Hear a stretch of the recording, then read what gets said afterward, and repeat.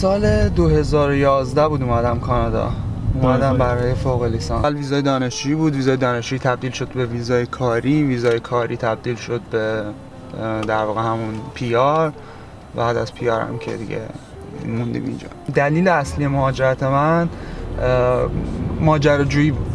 راضیم از خیلی درسایی که گرفتم، از خیلی چیزایی که یاد گرفتم تو این زندگی متفاوت با زندگی ایرانم. جلوتر یه دانشگاه، یکی از دانشگاه‌های مونترال که اسمش هست ETS، دانشگاه فرانسویه. فکر نمی‌کنم در مقطع لیسانس دانشجو بگیره، بیشتر فوق لیسانس و دکترا. دانشگاه کوچیکیه ولی خیلی حالت فنی داره. کنکوردیا و مکگیل دانشگاه انگلیسی زبون مونترال. وارد در واقع مرکز شهر یا داونتاون مونترال میشیم که خیلی داونتاون بزرگی نیست. اون لوگوی CN رو نمیدونم از اینجا میتونی بگیری یا نه. اون یکی از شرکتایی که من کار کردم و دقیقاً ساختمون بغلش شرکتیه که الان در واقع کار میکنم، ولی من تو این ساختمون نیستم.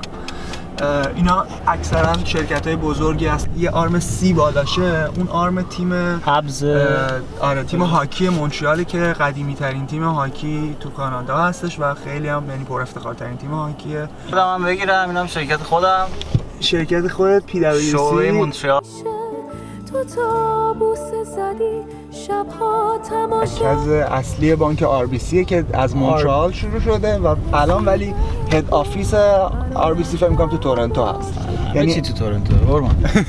یه چیزی که خیلی مهمه و باید در واقع تو شرکت‌های خوب به نظرم رعایت بشه اینه که به کارمندشون به چشم یک نیروی کار فقط فکر نکنن، به چشم یک انسان تو جامعه فکر کنن، که مثلا فکر کنن که این آدم اگه قراره برای من مفید باشه باید تو زندگی خودش هم بتونه مفید باشه، باید بتونه یه به قول معروف اینجا میگن ورک لایف بالانسی تو زندگیش وجود داشته باشه. یعنی زمانی که از سر کار میره خونه بتونه اونجا یه تایم خوبی رو داشته باشه با خانواده‌اش.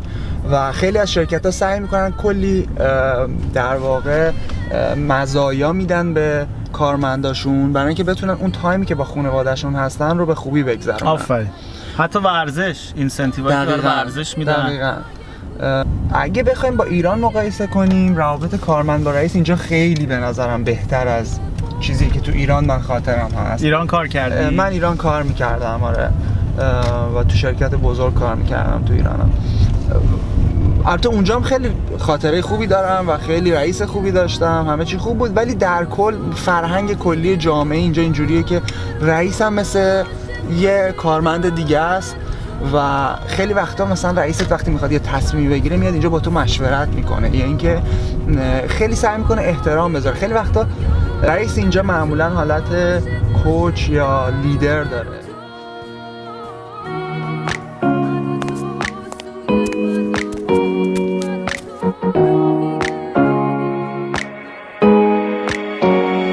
خوش اومدی به خونه من امی جون، بفرمایید. خیلی خونه کوچیکیه ولی من دوستش دارم و خوشحالم توش. من هدفون بیتس دوست دارم، نمیدونم تو ایران فکر کنم خیلی طرفدار داره. دوستای قدیمی منه.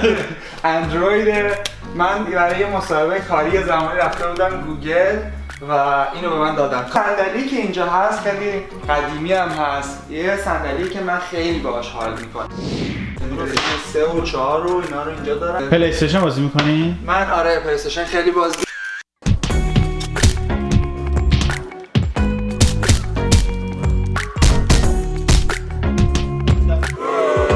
یه چیزی که اینجا مهمه، الان خونه من دیدید تا فروشگاه یه اولوش شاید مثلا 2 دقیقه پیاده راه باشه. هر جا هم اینجوری طراحی شده که تو هر محله فروشگاه هست. این محله اسمش گریفین تاونه و یه محله‌ایه که تا 3-4 سال پیش اصلا حتی این اسم هم نداشت و وجود نداشت. لوکیشن خیلی مهمه و لوکیشن اینجا خیلی خوب بود واسه اینکه در واقع بیان خونه بسازن. اینجا یه فروشگاه به نام ادونیس، صاحباش لبنانیان و خیلی از چیزایی که داره حلال هست و کسایی که حلال مصرف میکنن میتونن.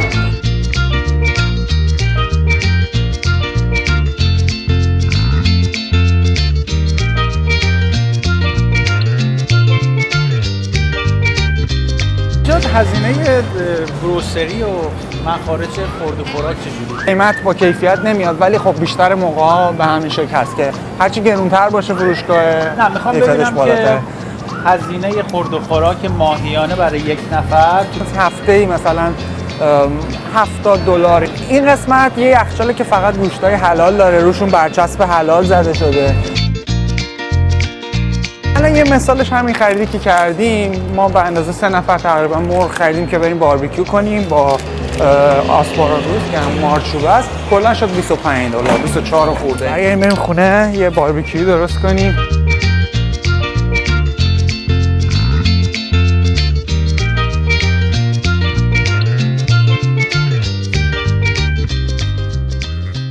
من علم و صنعت درس خوندم. اینجا چی؟ اینجا کنکوریا درس خوندم، رشتم کامپیوتر بوده. تو ایران وقتی هستی خیلی برای همه مهمه که چه دانشگاهی تو خارج میخوای بری، رنکش چقدره. اینجا وقتی میای اصلا از این خبرها نیست به نظر من. خیلی مهم نیست از کدوم دانشگاه میای بیرون. دانشگاه‌ها کلاً با محیط کار خیلی ارتباطشون خوبه.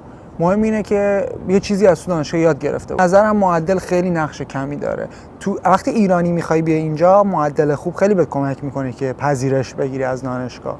ولی وقتی اینجایی و تموم میکنی، به معدلت نمیگم نگاه نمیکنن، نگاه میکنن، ولی مثلا شاید 10% قضیه باشه. اون شخصیتی که از خودت ساختی تو دانشگاهه که در واقع براشون مهمتره. نتورکینگ هم که اشاره کردی بهش، نتورکینگ خیلی مهمه. خودتو نشناسونی به آدما نمیتونی کار کنی، هیچ جای دنیا نمیشه کار کرد. هنر ارتباط برقرار کردن شاید مهمترین اسکیلیه که آدما باید کسب کنن همه جا.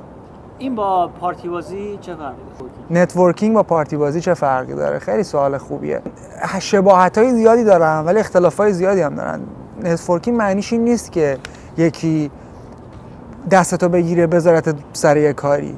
نتورکینگ اینه که تو دستتو ممکنه بگیره اون آدم و تو رو معرفی کنه به آدمای دیگه، سعی کنه یک مچی پیدا کنه بین مهارتایی که تو داری و اون نیازی که توی حالا یه شرکت تو مارکت هست. و این فرق داره با اینکه شما مثلا هیچ مهارتی نداشته باشی، فقط به خاطر اینکه یکی رو میشناسی بذارنت سر کار. حالا بگن در آینده ممکنه اون کارو یاد بگیره یا ممکنه اصلا هیچ وقت هم یاد نگیره. هر محیطی، هر در واقع جمعی، هر گروهی یک زبون خاص خودش رو میطلبه. شما باید بتونی با زبون آدما صحبت کنی. اگه میری توی محیط بانکی کار میکنی، محیط فاینانشاله، اونجا باید ببینی که زبون دنیای فاینانشال چیه. اگه میری توی محیطی که مثلا چه میدونم آدمایی که اونجا کار میکنن بیشتر آدمای فنی هستن و دارن مثلا روی ماشین کار میکنن، روی هواپیما کار میکنن، اونا یه زبون دیگه ای دارن. با هر کی باید با زبون خودش رو صحبت کنه. چجوری میشه اینا رو یاد گرفت؟ یه راهش همینه که مثلا شما برنامه‌ای که تولید میکنی، آدمای مختلفی میان اینجا تو این برنامه، هر کدومشون توی یه صنعتی دارن کار میکنن، هر کدوم یه سری تجربیات دارن و آدمایی که میبینن میتونن به هر حال تا حدی یاد بگیرن و غیر از اون اصلا نمیدونم تو برنامه‌تون هست، شاید بخواید خودتون یه برنامه راجع به این بسازین، راجع به نتورکینگ توی محیطای کاری تو کانادا. اگه نتورک خوبی نداشته باشی که من نداشتم اون اول و برای من یه مقدار سخت بود، یعنی نزدیک 6 ماه طول کشید، تقریبا 5 ماه 6 ماه طول کشید تا کار پیدا کنم بعد از فارغ التحصیلیم. ولی بعدش که وارد بازار کار شدم، بعدش که تونستم یه مقدار همون نتورک رو به قول معروف تشکیل بدم، خیلی راحت تر شد. من کارمو عوض کردم و کار دومم خیلی به نسبت راحت تر از کار اولم پیدا شد. اینجا حقوق فکر میکنم کسی که با فوق لیسانس الان وارد بازار کار بشه تو همین رشته‌های کامپیوتری، هولوش مثلا 60-70 اینا میتونن شروع کنن. اینجا حقوقا رو سالانه معمولا با کارمندا قرارداد میبندن و از این 60-70 هزار تا یه مقدار میشه گفت زیادیش با تکس یا همون مالیات حذف میشه. یعنی اصلا آدم نمیبینه اونا رو قبل از اینکه به دستت برسه. از ایران اومده اینجا سابقه کار نداره، همین که اینجا سابقه کار کانادایی نداری باعث میشه که یه مقداری کمتر بهت پول بده. کار من شاید 10 تا 15% یا ماکسیموم 20% ربط داره به درسی که خوندم. تایتل کاریم آدیتوره، میشه حسابرس و حسابرس آیتی هم، چون آیتی خوندم همون قدرش ربط داره. ولی محتوای کارم یا مثلا دیتیل کارم بیشتر هول و هوش میتینگ با آدمای مختلف و در واقع مدیرای مختلف بخشای مختلف آیتی شرکته که ببینیم اتفاقایی که میفته در واقع همسو با اهداف شرکت هست یا نه. خیلی جا نزدیکه، از جمله اولد مونترال یا اولد پورت که در واقع مونترال شهر قدیمی مونتراله، جایی که اول زندگی از اونجا شروع شد که خیلی نزدیک، میتونیم پیاده بریم و ببینیم. خیابونای خیلی قشنگی داره. بریم. موافقم. بریم.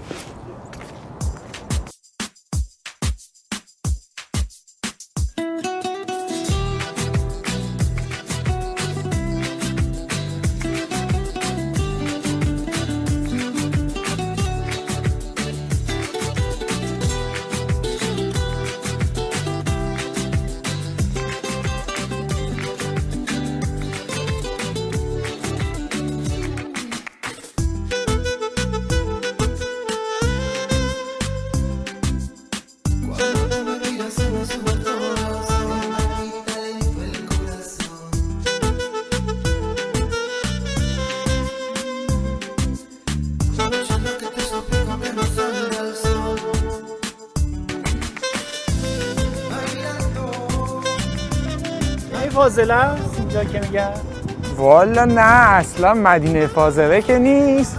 خیلی از چیزای خوبی که دیدین اینا خب ظاهر قضیه است، تو فیلم قشنگه، تو واقعیت وقتی زندگی میکنی میبینی که خیلی زندگی سختی داره، خیلی بالا پایین داره. همه جام همینه ها، نه اینکه اینجا اینجوریه. کلا مدینه فاضله من فکر نمی‌کنم وجود داشته باشه. در واقع به نظرم مردم اگه بفهمن بیشتر به هم شباهت دارن تا تفاوت، بیشتر باید با هم دوست باشن و شباهت هم دیگه رو پیدا کنن تا اینکه تمرکزشون روی این باشه که حالا من اینجوریم تو اونجوری، من این رنگیم تو اون رنگی، من این زبون حرف میزنم تو اون زبون حرف میزنی. این چیزا رو بذارن کنار و با هم سعی کنن در کنار هم همزیستی داشته باشن. این دنیا رو خیلی قشنگ‌تر میکنه که به دیگران احترام بذاری. اینکه فکر نکنی خودت فقط تو این دنیا زندگی میکنی، فکر کنی که داریم یه جا زندگی میکنیم همه در کنار هم. اینجا احساسم خونه دومه، خونه اولم همون ایرانه. اگه یه قدرت خارق‌العاده میتونستی داشته باشی چه کاری می‌خواستی بکنی؟ دوست داشتم نامرئی بشم، برم این ور اون ور. داستان مهاجرتت گفتی، میخوام بدونم که مهاجرت کلا چجوری روی آدما یا جامعه اثر میذاره؟ هم خوبه هم بده. یعنی من دیدی که داشتم مخصوصا نسبت به شهر مونتریال یه دید خیلی اشتباهی بود. یه چیزی که همین دقیقاً دوست دارم مثلا آدما بدونن وقتی میخوام مهاجرت کنن اینه که از روی عکس و فیلم و قصه و داستان و حرف یکی دیگه قضاوت نکنن. عکس و فیلمایی که نشون میدن اون زندگی واقعی نیست. همونطوری که دیدی که مردم اینجا نسبت به ایران دارن دید واقعی نیست. تو مسافرت داره خوش میگذرونه بیشتر. وقتی زندگی میکنی تازه بدیهای زندگی رو میشه، تمام مشکلات میاد جلو چشم آدم. خونت رو دیدیم، زندگی تو دیدیم، به نظر رفاه داری، کار خوبی داری. اینجا دارم با رفاه نسبی زندگی میکنم، ولی فکر میکنم حتی اگه ایران هم میبودم با همین رفاه نسبی میتونستم زندگی کنم. این 7-8 سالی که مهاجرت کردم تمام تمرکز زندگیم و تمام انرژیم صرف کار و در واقع یک زندگی هدفمند شده. اگه ایران هم اینقدر هدفمند حرکت میکردم من فکر نمی کنم خیلی زندگی متفاوتی می داشتم. حاضرم برگردم ایران، آره 100%. یعنی حتی بهش فکر میکنم اگه آدما با هدف جلو برن هر جای دنیا که باشن به چیزایی که میخوان میرسن. همیشه آدم به چیزایی که نداره فکر میکنه.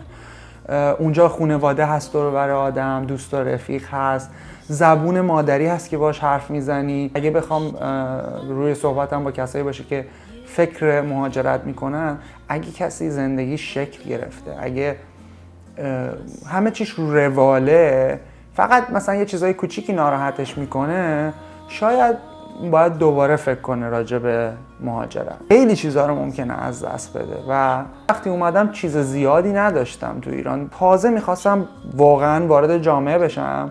کار و شرایط زندگی و استقلال کاری و اینا جزء اونا نبود. اینا رو اینجا اومدم بیشتر تجربه کردم و به دست آوردم. برای همین من و آدمایی که با شرایط من مهاجرت کردن، مجرد اومدن، مثلا زندگیشون ابعاد گسترده‌ای نداشته. من حسرتشو میخورم که یه سری روابط رو از دست دادم، یه سری دوستی‌ها، یه سری در واقع لحظات ارزشمندی که دیگه بر نمیگرده. الان اگه برگردی 10 سال عقب بازم مهاجرت میکنی؟ فکر میکنم بازم مهاجرت میکنم، چون خیلی دوست داشتم این کار رو انجام بدم، خیلی کنجکاو بودم، از روی ماجراجویی این کار کردم و اگه نمیکردم فکر میکنم خیلی حسرت بزرگتری میخوردم. ولی شاید یه مقدار یه جایی رو سعی کردم بهتر انجام بدم.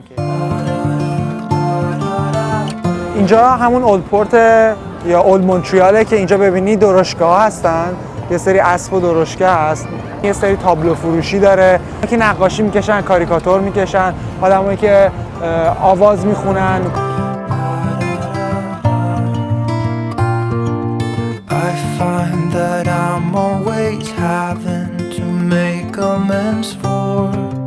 تفریحات خیلی ساده است، مردم خیلی میرن بیرون، راه میرن، مثل همین الان که میبینی. فستیوال خیلی زیاده، مثلا فستیوال گرند پری که مسابقات اتومبیل رانیه، فستیوال موزیک جاز و فستیوال مختلف.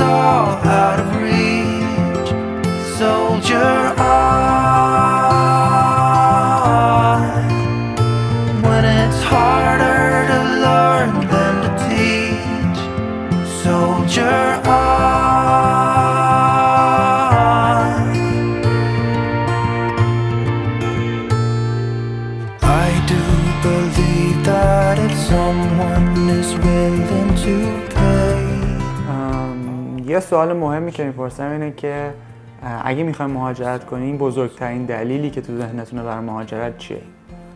اون دلیل رو مشخص کنین که باعث میشه شما از کشور خودتون رها بشین، از در واقع دوست و آشنا و دارایی ها و حالا بخش معنویش به نظرم شاید مهمتر باشه و برین یه کشور جدید و یه زندگی جدید رو شروع کنین. اون دلیل اصلیه چیه؟ Soldier